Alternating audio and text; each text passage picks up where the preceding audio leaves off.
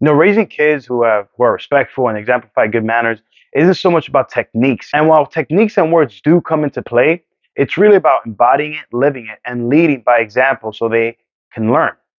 So how did we get there, right? How are we able to thus far raise our kids to be polite, to be respectful, and to learn how to interact with people in a proper way, right? Well, again, it doesn't really come down to the techniques and words they use. It's about it being ingrained in them, right?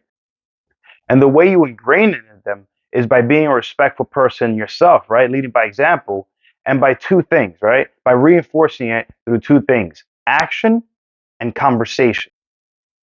Number one, be realistic. They're kids. They're going to run. They're going to yell. They're going to make a mess, right? They're not going to listen the first time, or the second time, or the third time, or the fourth time.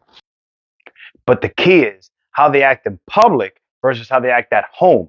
Because while at home, right, they might be wild, they might be crazy, they're being kids. In public, they're all right. They're still kind of wild, but they're not really being rude to people or getting in their space. Number two is start young. If you have a teenager who's being disrespectful, it might be a little harder to get them back in line.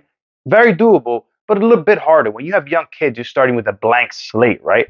And when I say young kids, it doesn't have to be a newborn or a toddler. It could even be early elementary school years, right?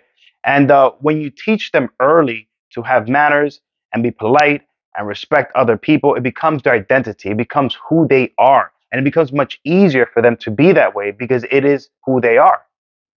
Number three, love and respect them. We wrote a blog post a while back called This is Why Parents Should Respect Their Kids. And it's linked in the description below. And in essence, it's about respecting our kids, right? There's a very dangerous notion out there that kids should be seen but not heard.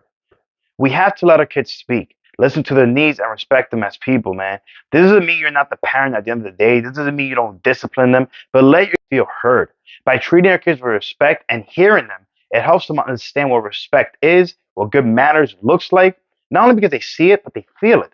Not only that, it builds confidence in them to respect not only others, but themselves. And people who have true respect and confidence in themselves are seldom rude to others. Five, model it at home and outside. There's where techniques and words come into play, right?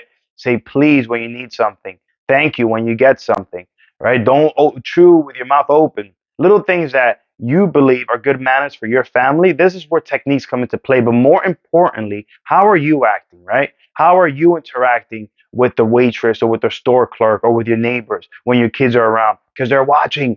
Kids are always watching, man. Even when you think they're watching, they're watching. They're like little ninjas, man. They're recording everything. I mean, the amount of times my kids have asked me, "Why'd you do this? What was that about? Why'd you say this?" And I didn't even think they were paying attention. They were paying attention.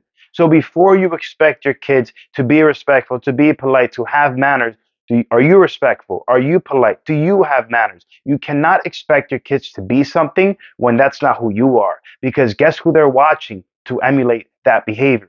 You. So model it at home constantly and outside. Then practice it in the real world, right? There's been times where I go out to eat with my family, right? And I always teach my kids, be respectful towards older people, elderly people, right? And there's elderly people behind us. I always teach my kids to hold the door open for them. And now it's become a habit, right? They see an older person, they hold the door open. They hold the door open for them. And many times they just hold the door open for people because it's been ingrained in them, right? And not only that, but put your teachings to them into the real world, right? So if my kids would want something from a waiter or a store clerk or anyone, right? And they'll be like, "Hey, daddy, can you go ask them?" I'm like, "No, you go ask them. And make sure when you ask them, you say please and thank you and you're polite and you wait till they acknowledge you." Why is this important? Because they're putting these manners, right, that you're teaching them, they're putting this respect into play into the real world and they're getting feedback from it. And this is how they understand it, they internalize it, and this is how they learn to be. Now that it's like, this is just second nature to me, man. This is how I interact with people because I've learned it, not only learned it, but I've practiced it. Have constant conversations about it. Remember in the beginning of the video, it's reinforcing it through two main things: actions and conversation. You gotta talk to your kids, right? Whether it be at lunch, dinner, you're playing with them at the floor, whatever the case may be, they gotta understand the world around them, and they understand the world around them, how to be respectful and polite through you teaching them, but also through them experiencing. For a while, my wife, my daughter, she kept referring to garbage people, and I wasn't sure what she was talking about. This was when she was a little bit younger. But then I came to realize she was calling the homeless people garbage people.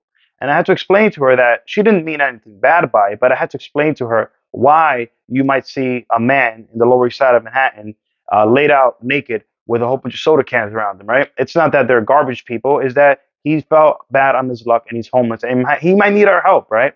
Same thing when they're in public, they might see a child or an individual with a disability, right? We always teach them not to stare, right? Not to make that person feel comfortable. But why? Why shouldn't they stare, right? Explain that to them. Explain why you shouldn't stare, right? This helps them understand people around them. It helps them understand why respect, having good manners, and why all that is so important. Thank you for watching. Those